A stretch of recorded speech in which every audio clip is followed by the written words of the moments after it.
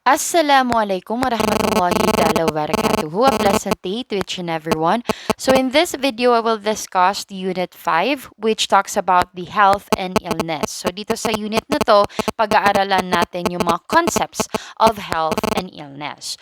So we all know that health is a fundamental right of every human being. So meron tayong right to receive or to have a good health. Okay? So it is a state of integration of the body and mind, and it is much sought after state, a highly desirable state for most people, and yet at times it remains elusive for some people. So siguro naman napansin ninyo during the pandemic, nagkaroon ng lockdown, most people had encouraged everyone to have a healthy lifestyle because of the pandemic itself. Okay? Madaming mga artista ang naging kumbaga parang mas naging model sila for promoting health and wellness, and also yung pag-exercise with all the diets and all para lang ma-promote natin yung health. So yun yung mga nangyari na effect during the lockdown. So across the lifespan, man moves from the health spectrum to the illness spectrum. So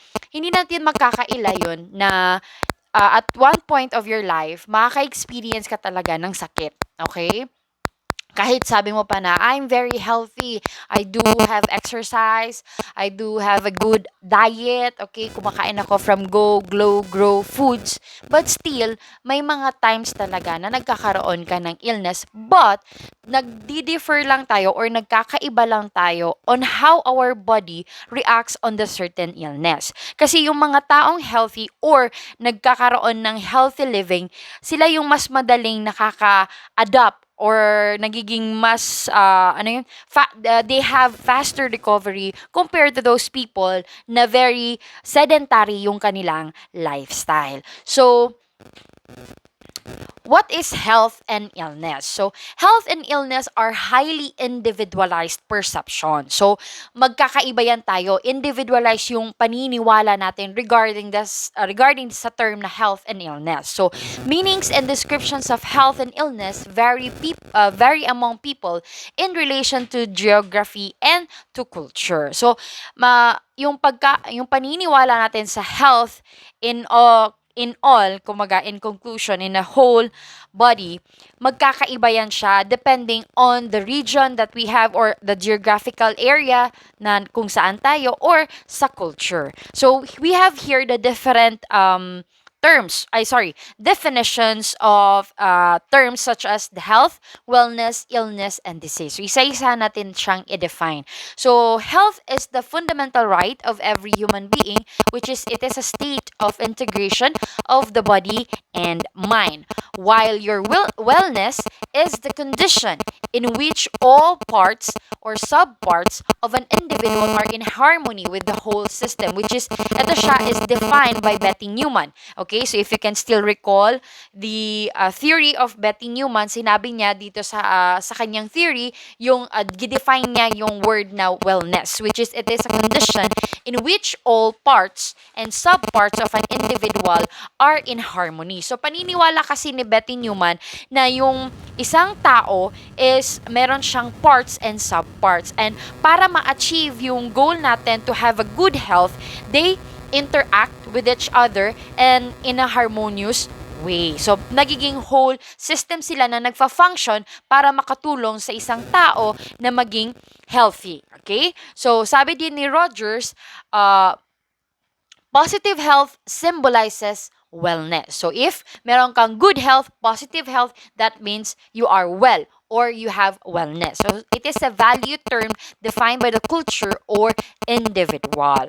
So, pag sabi naman nating illness, it is a personal state in which the person feels unhealthy. Again, ito yun siya, parang more on subjective na on the part na yung tao yung nakaka-feel, I'm not feeling well right now. So, may mga reasons kasi why do you feel not feeling well, 'di ba? So pwedeng mentally exhausted ka, spiritually exhausted ka, meron kang emotionally exhausted ka, or physically exhausted. So it is a state in which a person's physical, emotional, intellectual, social, developmental, or spiritual functioning is diminished or impaired compared with your previous experience. So the whole span ng inyong kumaga sa buhay mo, may mga times na medyo mababa yung emotional state mo, physical state, the intellectual state. So pag nafe-feel mo yon and you feel unhealthy about it, so you have illness. So illness is not a synonymous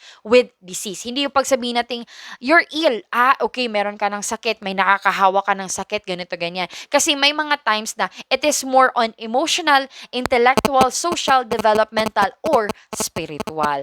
Ito naman pag sabihin natin disease. So, disease is an alteration in body function resulting in reduction of capacities or a shortening of the normal lifespan. Again, it is a alteration. So, nagkakaroon ng changes with the body function na in which nagkakaroon tayo ng reduction, bumababa yung capacities natin to live in a society, and also it shortens our lifespan.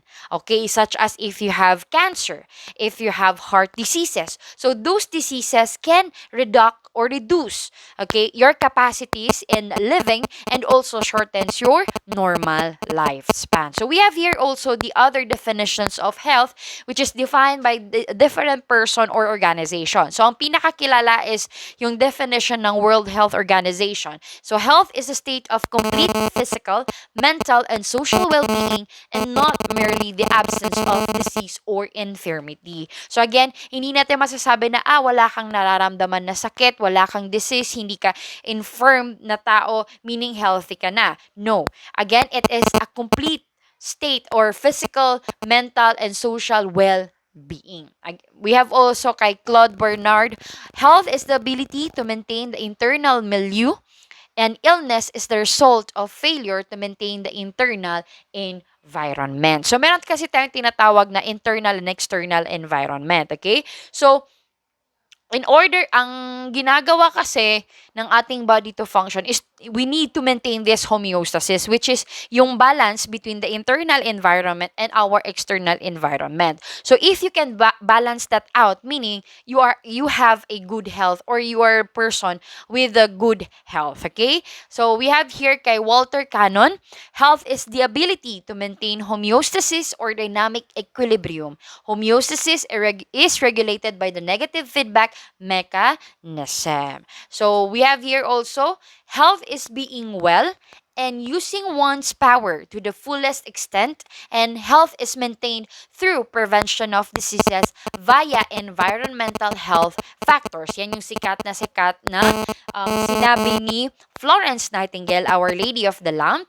Okay, ang nag-introduce ng environmental theory na sinabi niya is health is being well, and our ability, kumbaga tayo, have the fullest extent of our ability to use our self and also the environment, and to prevent diseases using the environment health factors. So we have also kay Henderson, sabi din ni Henderson, based sa kanyang theory, health is viewed in terms of the individual's ability to perform the 14 components of nursing care unaided. So, hindi ko na kailangan i-discuss pa further yung ating 14 components ng nursing care, kasi alam niyo naman siguro yan sa inyong TFN.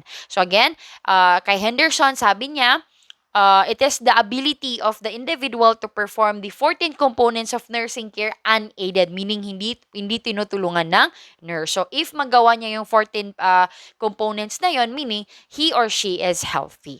So, para naman kay Sister Calesteroy, health is a state of a process of becoming an integrated and as a whole as a person. Okay? For Dorothea Orem naman, health is a state that characterized by soundness or wholeness of developed human structures and of bodily and mental functioning. Para naman kay Imogen Kim, we have health is a dynamic state in the life cycle, and illness is an interference in the life cycle. So, di ba sabi niya, dynamic state, naiiba yan siya. So, sa whole duration ng life cycle natin, naiiba yung state ng ating health. Okay? And illness is pag nagkaroon ng interference or merong kumbaga nagluko or naging harang sa pag-achieve mo ng health is yun yung illness. And also I think, lastly is kay Dorothy Johnson. Sabi niya, health is an elusive,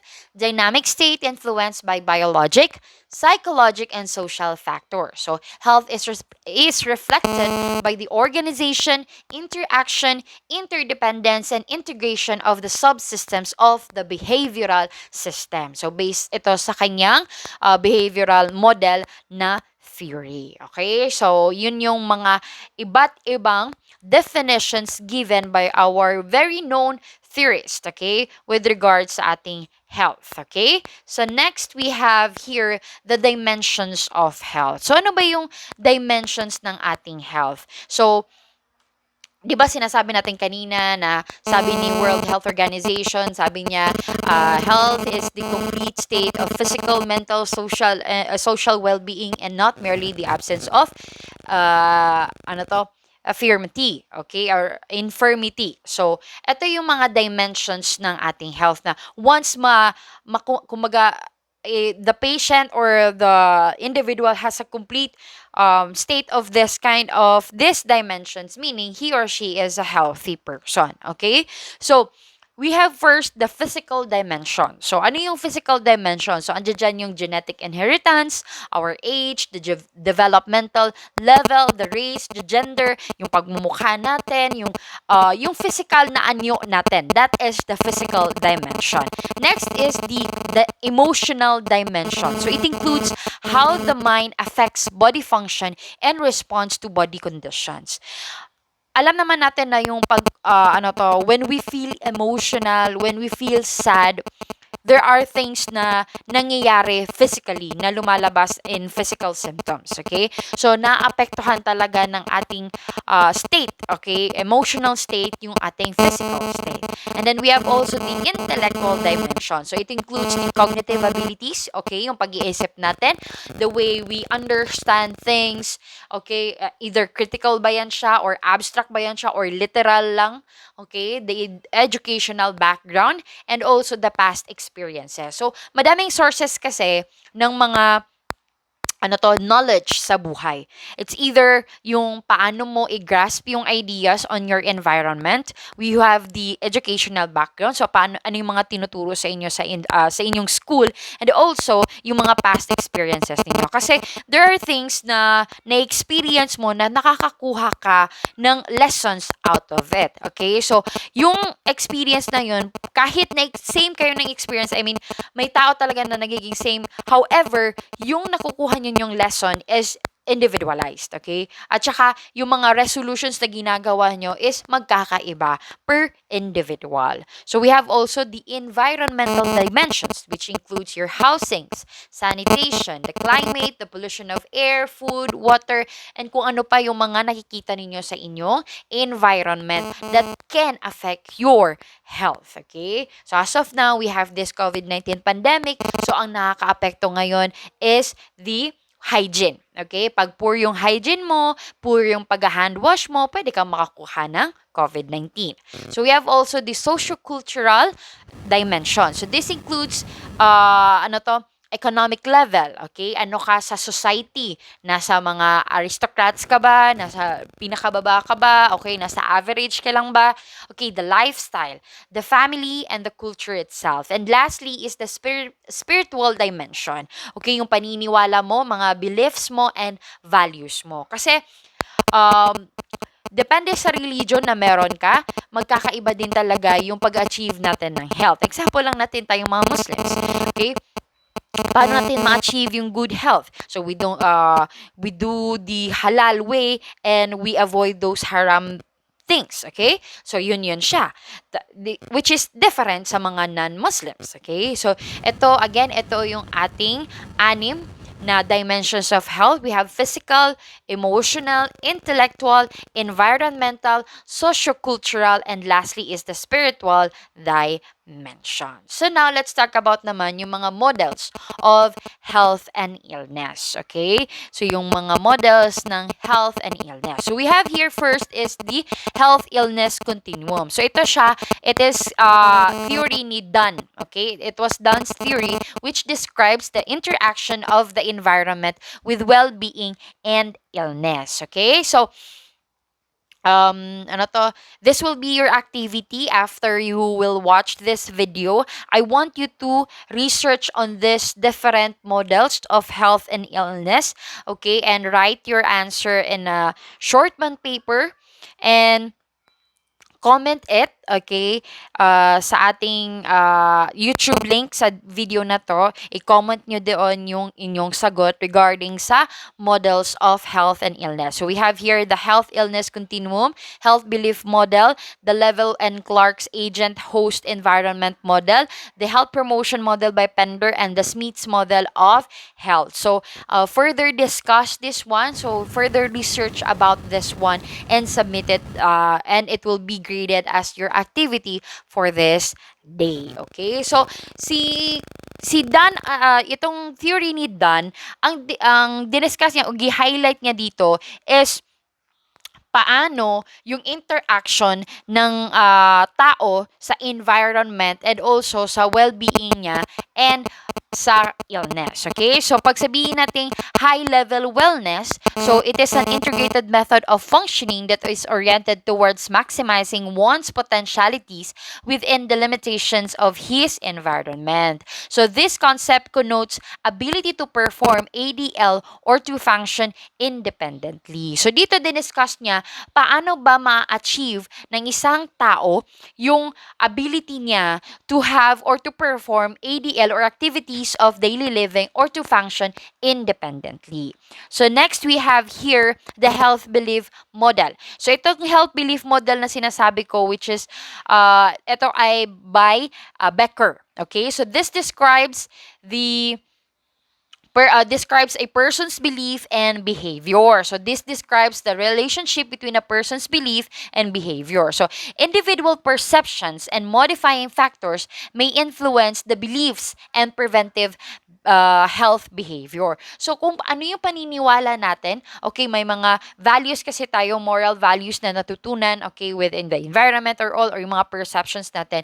If maganda yung perception natin regarding sa good health, maganda din yung ating health-seeking behavior. Pero pag pangit naman, hindi maganda yung health-seeking behavior natin. So yun yung dinidiscuss dito. Kung ano yung paniniwala mo, it can affect on the health of an individual. Okay? So next we have Level and Clark's agent host environment model. So ito yung tinatawag nating ecologic model. So sa itong ecologic model naman, it describes or it averts the three interactive factors that affect the health and illness, which are the agent, the host, and the environment. Pag sabihin nating agent, it is any factor or stressors that can lead to illness or disease. Pag sabihin naman nating host, syempre, tayong mga persons or who may or may not be affected by a disease. So meaning tayo yun na tao. And then lastly is the environment, which is it is the any factor external to the host that may or may not predispose to person to a certain disease. Okay? So next naman is the health promotion model by Pender. Okay? Kay Nola Pender yan siya. Dito, it describes the multidimensional nature of person as they interact within the environment to pursue health. So dito, it focuses on different areas such as the individual perceptions, the modifying factors, which includes the demographic and social factors, and also the participation in health. So dito, madaming mga nature ng tao na diniscuss at dinescribe dito sa model na to na sila yung nakaka-apekto, okay, in promoting the health of an individual and also improve din yung tao ang kanyang well-being, okay?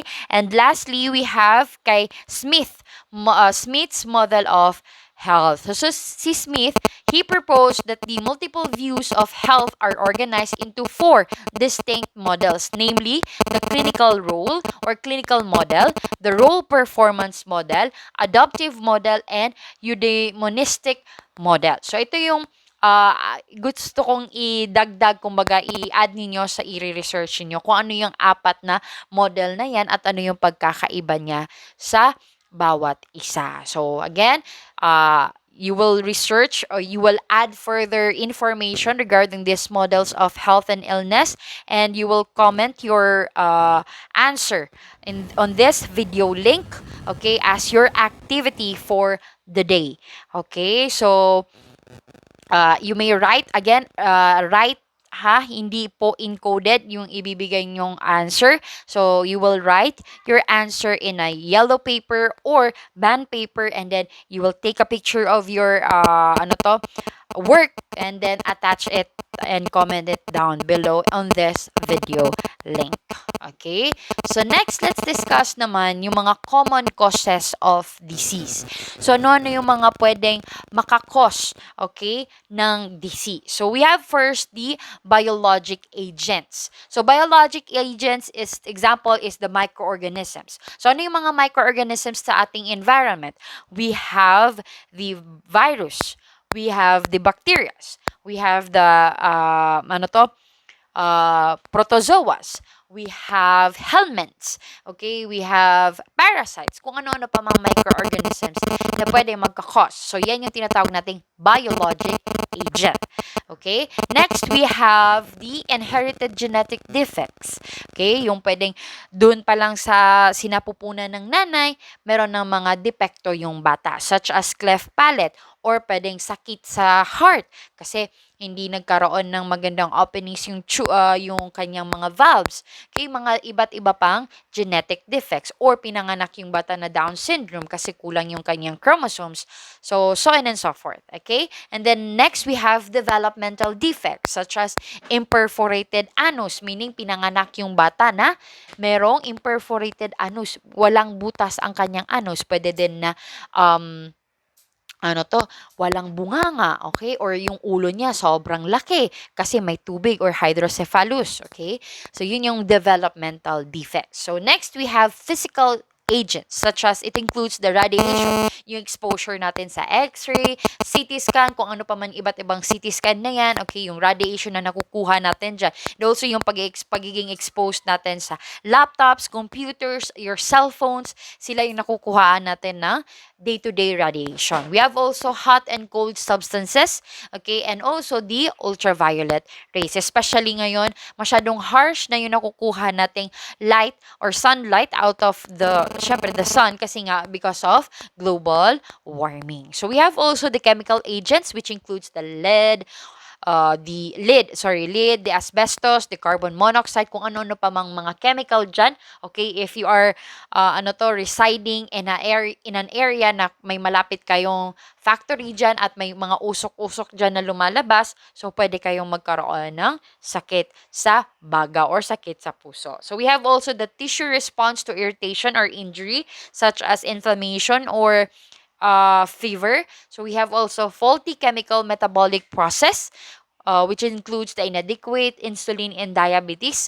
Okay, may mga factors kasi or may mga problems dito talaga sa ating katawan na pwedeng magka-cause ng metabolic process. Okay, a problem sa ating metabolic process. Okay, and we have also the emotional and physical reaction to stress such as fear, anxiety. So kasama dito yung mga mental disorders. Okay, na this will cause further pag hindi makontrol yung fear, hindi makontrol yung anxiety, pag lumalayan siya, magli-lead to sa mental illness or mental disorders. Okay? So again, yun ang common causes of disease. We have biologic agent, inherited genetic defects, developmental defects, physical agents, chemical agents, tissue response to irritations or injury, faulty chemical metabolic process, and also lastly, the emotional and physical reaction to stress. So now let's discuss the stages of illness. So,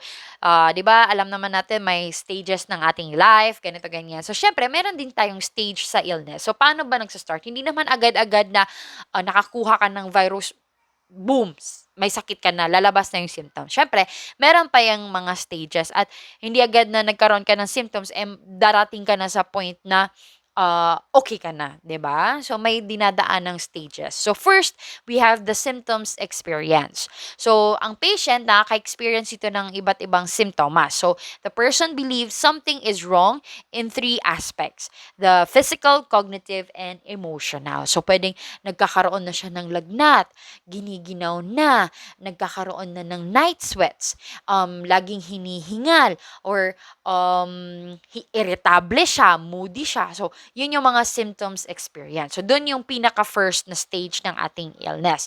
The next stage is the assumption of sick role. So, assumption of sick role, syempre, ina-accept niya na, ay, meron akong sakit. Okay? And, pag inaccept kasi ng tao na may sakit siya, he or she will seek advice. Magkakaroon na siya na, ay, pa-check up na ako, pupunta na ako sa doktor kasi hindi ko na talaga kaya and I'm not really feeling well. So, this, or meron din siyang, nagbibigay siya ng support for decisions to give up some activities. Okay? So, next, after the assumption of sick role, syempre nandun na, okay, may sakit siya. So, pupunta na siya sa medical care contact. So, seeks advice to professionals for validation of real illness, explanation of symptoms, and reassurance or predict the outcome. So, magpapakonsulta na yan, Doc, ano po yung diagnosis nyo sa akin? Okay lang po ba ako? Do I need, kailangan ba akong ma-confine or pwede lang po bang sa bahay lang ako? Okay, so yun na yung after the assumption of sick role. So, after nagkaroon na ng contact with medical care, so syempre, doon na tayo pupunta sa dependent patient role, in which, from the word dependent, so dependent na siya sa nurse. So, the person becomes a client dependent on the health professional for help. So, he or she accepts or rejects health professional suggestions and becomes more passive and accepting. So, dalawang klase lang yan ng mga patient. Yung ma-accept niya yung diagnosis ng pasyente at diagnosis ng doctor, or meron ding pasyente na i-reject niya. No, I need second opinion. Hindi lang ikaw yung doktor. Blah, blah, blah, blah, blah. So, depende yan sa it's either positive or negative. Kadalasan, ginagawa natin pag nakaka-receive tayo ng mga taong negative sila sa diagnosis mo. So, hinahayaan natin sila because they have the right, okay? They have this autonomy, okay? They are given the chance to decide on their own. So, i-respect na lang natin yon. Huwag nating ipilit yung sarili natin sa mga taong ayaw tayo. Oh, di ba? So, last stage of illness is the recovery or the rehabilitation. So, this gives up, the person gives up the sick role and returns to former roles and functions. So, sabihin niya na I'm fully recovered, okay, I have this kind of, na-achieve ko na, okay na ako, wala na yung sakit ko, and then I will be back to my roles and function in this society. Okay? So, next, let's discuss the risk factors.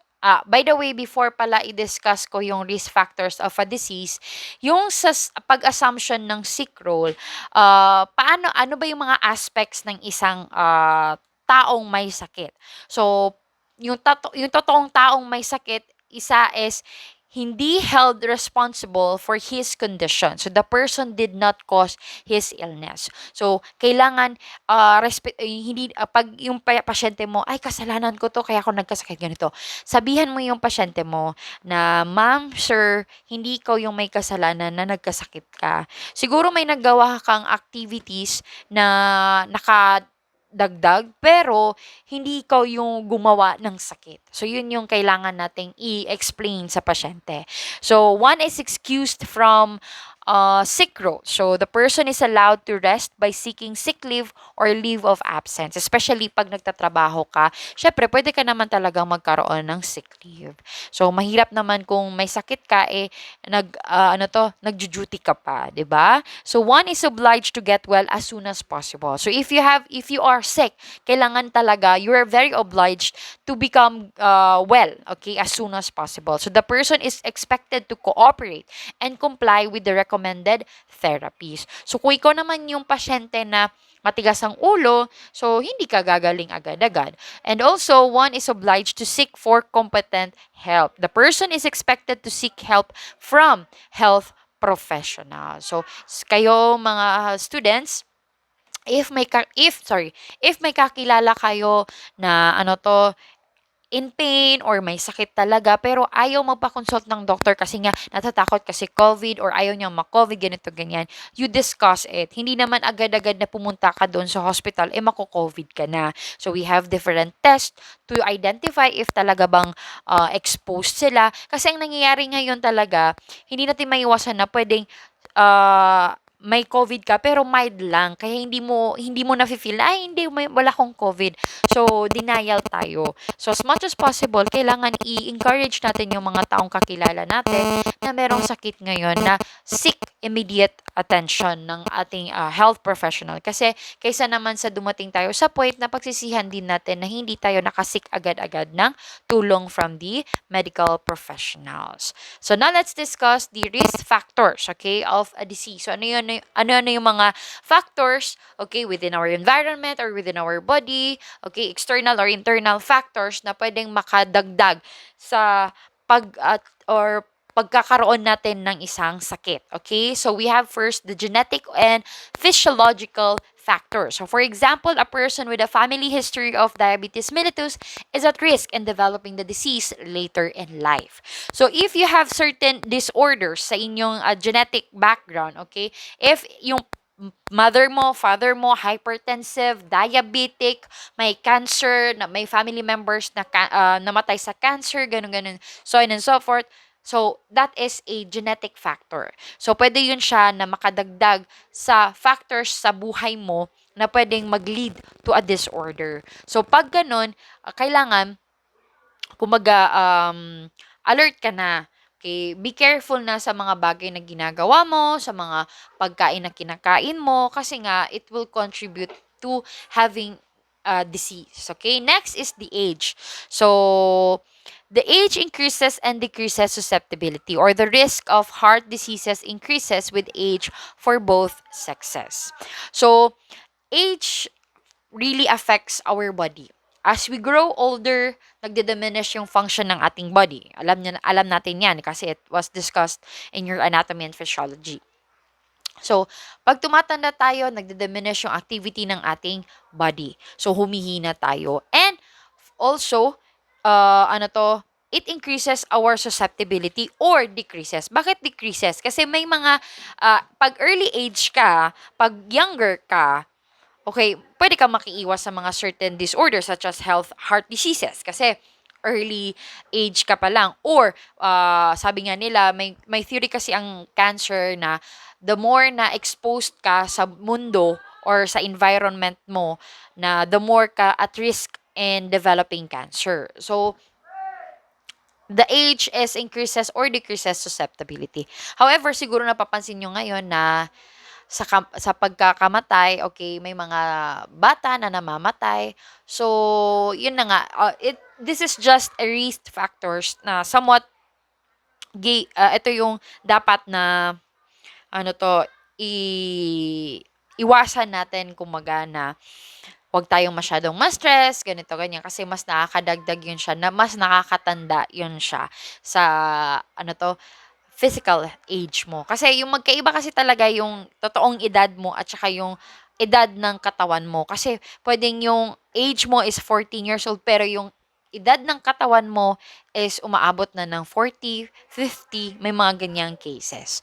Okay, so next we have the environment. So the physical environment in which a person works or lives can increase the likelihood that certain illnesses will occur. So especially kung nakatira ka sa mga areas na masyadong increase yung rates ng ganitong diseases. So, nakaka-contribute talaga yan, di ba? As discussed by Florence Nightingale. So, we have also lifestyle. So, lifestyle practices and behaviors can also have positive or negative effects on health. Yun nga sabi natin, wag kulang, wag sobra. Yung katamtaman lang para hindi masyadong maganda or pangit yung effect sa ating katawan. Okay? So, next, let's discuss the classification of diseases. So, ano yun na yung mga iba't ibang klase ng ating diseases. So, we have here the classification of diseases according to etiologic factors. Meaning, according sa nagkokos, okay, ng sakit mismo, okay? So, we have here the hereditary, congenital, metabolic, deficiency, traumatic, allergic, neoplastic, idiopathic, degenerative, and iatrogenic. So, isa-isahin natin. Pag sabihin nating classification ng disease na hereditary, it is due to defect in the genes of one or other parent which is transmitted to the offspring. So, di ba, genetically speaking, okay, meron tayong nakuhang genes coming from our mother and coming from our father. So, may mga nangyayari kasi na case na yung mother is a carrier of this kind of disorder or merong si father din is carrier ng ganito. So, pag sinama sila, so ganyan yung pag sinama sila, so talagang expect na yung anak nila is ganito. Kasi nga, yung material ng kanyang body is made up of the genetic makeup of both the mother and the father. So, next, pag congenital naman. So, congenital is due to a defect in the development or hereditary factors or prenatal infection. So, pwedeng during the pregnancy of the mother, nagkaroon siya ng injury or smoker siya, or nakainom siya accidentally ng gamot, okay? So, madami yan siyang mga reasons bakit nagkakaroon ng congenital diseases. So, we have also the metabolic disease. So, this is due to disturbances or abnormality in the intricate processes of metabolism, okay? So, meaning yung mga regulation sa ating body. Example, hindi tayo nakaka-regulate ng maayos ng body temperature natin. Okay? Yung mga hindi natin na may metabolize maayos ang ating pagkain. So, may mga, yan yung tinatawag nating metabolic disorders. And we have also deficiency. From the word deficient, meaning may pagkukulang. So, it results from inadequate intake or absorption of essential dietary factor. Okay? Meaning, example lang natin, kulang ka sa vitamin A, so kulang ka sa iron, so iron deficiency, anemia, yan. So on and so forth. So, kung ano man yung kulang sa'yo, it will lead to a problem or a disease of deficiency. So, we have also the traumatic. Siyempre, from the word trauma, due to injury. If nagkaroon ng accident, motor vehicular accident, okay, bigla kang nahulog, mga falls, okay. So, yan yung traumatic diseases. So, we have also the allergic. So, this is due to abnormal response of the body to chemical and protein substances or to physical stimuli. So, sample lang natin ng allergic disease is your asthma. Okay? So, it is due to abnormal response ng ating body on allergens or pollens or any environmental triggering sa ating patient. Okay? So, we have also the neoplastic. So, ito yung neoplastic is the uncontrolled or abnormal growth of cells. So, ito na yung tinatawag natin, it will further go to cancer, okay? And then we have also idiopathic. So, the cause, pag sabihin natin idiopathic, the cause is unknown. Which such, yung cancer is one of the, diseases that can be termed as neoplastic and idiopathic. So, pag sabihin natin idiopathic, it is also self-originated or spontaneous origin. So, we have also the degenerative. So, this results from the degenerative changes that occur in the tissue and organ. So, may mga sakit kasi na hindi na, kumaga, niwawala niya yung ability ng body na mag-regenerate pa. So, nagkakaroon ng degeneration, which it will further lead to death. Okay? And then we have also iatrogenic, which results from the treatment of a disease. So, yung naggamot na siya, pero nagkaroon pa siya ng other problem. So, that is iatrogenic. So, next, ano naman yung classification of disease according to duration and onset. Gaano katagal at kailan nangyari.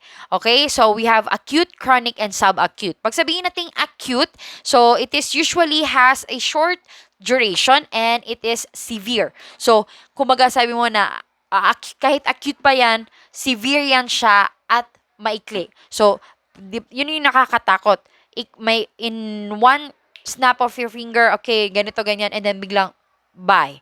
Kasi namatay na yung patient. Kasi severe siya umatake. So, signs and symptoms appear abruptly, intense, and often subside after a relatively short period of time. So, may mga acute phases naman ng illness na pag maganda na, kung baga, pag na-diagnose natin agad-agad, naging early yung treatment, magkakaroon din ng faster recovery. So, pag sabihin naman natin chronic illness, so it is usually longer than 6 months and can also affect functioning in any dimension. So, the client may fluctuate between maximal functioning and serious relapses and may be life-threatening. So, it is characterized by remission and exacerbation. So, dalawang klase lang ng chronic illness. Pwedeng magkaroon ng remission or exacerbation. Pag sabihin natin remission, it is the periods during which the disease is controlled and symptoms are not obvious. So, in remission state, so wala siyang nararamdaman or hindi masyadong obvious yung kanyang signs and symptoms, pero andun pa rin yung disease, okay? And pag sabihin natin exacerbation, ito yung time na nasa peak yung kanyang signs and symptoms. So the disease is more active given again at a future time with the recurrence of a pronounced symptoms. Okay? So again, yung remission is a period during which the disease is controlled and symptoms are not obvious, while the exacerbation is naging exaggerated na yung sakit. Okay? And lastly is the subacute.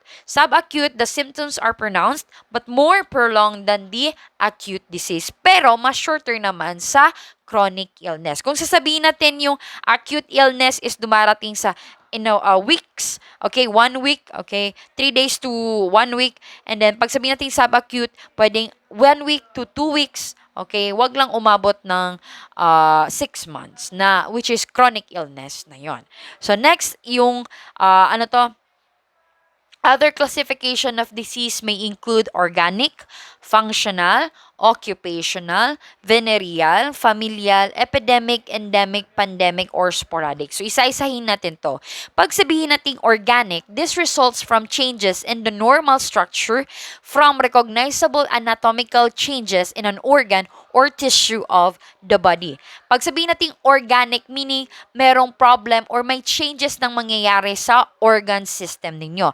Pwedeng example, nagkaroon siya ng problem sa gallbladder, pumutok ang kanyang gallbladder. So, that is organic kasi nagkaroon na ng changes sa gallbladder. Or, pwede yung appendicitis in which nagkaroon ng rupture, pumutok yung appendicitis, nawala si appendix. So, that is organic. Kung ano man yung magiging changes niya sa ating body organs, that is organic disease.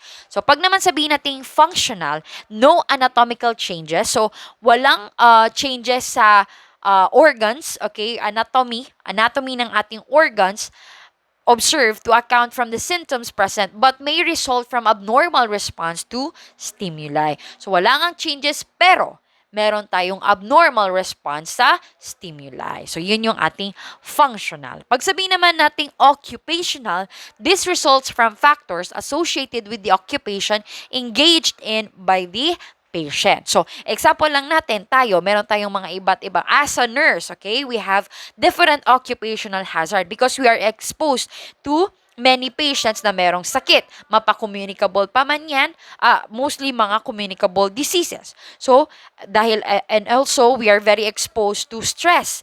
Kasi nga, hindi naman healthy yung environment natin, especially pag may tinutulungan tayong mga patient. At lahat ng mga patient natin, hindi natin mapiplease yan. May makikilala ka, 2 out of 10, may mamimit mo yung mga taong yan na hindi grateful at ayaw niya ng services mo. So, that will lead to stress, okay?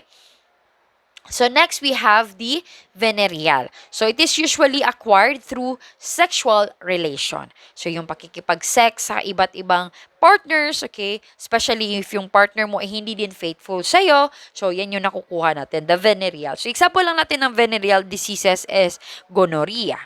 We have AIDS or HIV. We have the chlamydia. Okay? So mga iba't iba pang herpes simplex virus. Okay? So, yung mga iba't iba pang mga disease dyan na sexually transmitted. So, we have also the familial. So, this occurs in several individuals of the same family. So, ito naman yung distribution. Pag sabihin naman nating endemic, pandemic, sporadic, it is the classification of a disease based on the distribution of the disease. So, pag sabihin natin epidemic, it attacks a large number of individuals in the community at the same time. So, example lang natin, the COVID-19. It is at first, naging epidemic siya hanggang sa naging pandemic na siya. So, next we have endemic. So, this presents more or less continuously or recurs in a community. Example, malaria or goiter. Malaria is usually common sa Palawan area. Okay? Kasi doon marami yung mosquito na nagko-cause ng malaria na very less or very least yung chances na makakuha tayo dito. Except lang kung pumunta ka ng Palawan. Okay? Nakagat ka doon ng mosquito. Dito mo naramdaman yung symptoms. Okay? So, pwede magkaroon ka ng malaria. We have also, pag pandemic, yun na nga, it is an epidemic which is extremely widespread involving an entire country or globe. Yun na nga yung ating COVID-19 pandemic. And lastly, pag sabihin natin sporadic, it is a disease in which only occasional cases occur. Example, the dengue or leptospirosis. So, case-to-case basis or depende, may mga month yan na nangyayari at hindi lahat naman ng tao sa isang country or tao sa isang barangay nangyayari yun sa kanila. So, now let's discuss the Level and Clark's 3 levels of prevention. Okay? Si Level and Clark, baka mapapansin nyo, meron din pala siyang another theory, okay, or model. Siyempre, diniscuss din niya kasi under sa kanya din yung agent, di ba, yung host and environment model, and also sa kanya din, diniscuss niya din paano yung mga ginagawa natin para ma-prevent yung iba't ibang diseases. Okay? So, we have here, first, okay, we have 3 levels. So, primary, secondary, tertiary. So, pag sabihin natin primary prevention, okay, it seeks to prevent a disease or condition at a pre-pathologic state or to stop something from ever happening. So, yun yung gusto nating mangyari. To stop something na hindi dapat mangyari. So, it includes, we have here, more on activities na ginagawa natin is health promotion. So, pinopromote lang natin yung health. Dinediscuss natin, pinapakita natin sa mga tao gaano ka-importante ang health. So, this includes health education, marriage counseling, genetic screening, or a good standard of nutrition adjusted to developmental phase of life. So, we have also specific protections na kasama din sa ating primary prevention, such as yung immunization. Okay, yung pagbabakuna natin sa mga babies, okay?